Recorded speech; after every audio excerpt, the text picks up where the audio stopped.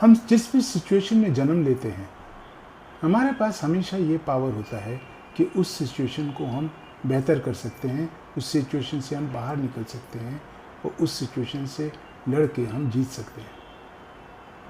मगर बहुत बार जो है ये सिचुएशन जकड़ लेती है और ऐसा लगता है जैसे ग्रेविटी हमें घसीट रही है, तो बाहर जाने ही नहीं दे रही। जैसे भी कितना भी उछलें आप, फिर से ज़मीन पे आ जाते हैं।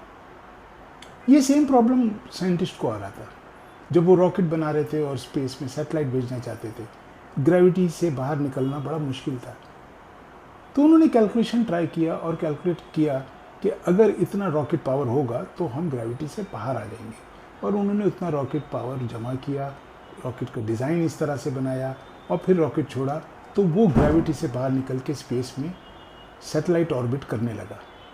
बट हर एक इंसान अगर कैलकुलेट करे कि मेरी एस्केप वेलोसिटी क्या है, मुझे इस सिचुएशन से निकलना है, बेहतर बनना है, तो मुझे क्या करना है जो एस्केप वेलोसिटी बन जाएगी मेरी। तो आपने अपनी सिचुएशन को स्टडी करना है, आपने अपने गोल को स्टडी करना है।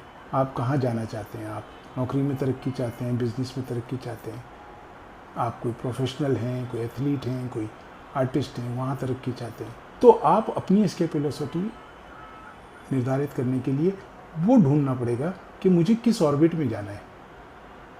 तो वो जो सैटेलाइट स्पेस के ऑर्बिट कैलकुलेट करके पहुंचा था, इसी तरह आपका एक ऑर्बिट होगा कि मुझे इस पोजीशन पे पहुंचना है।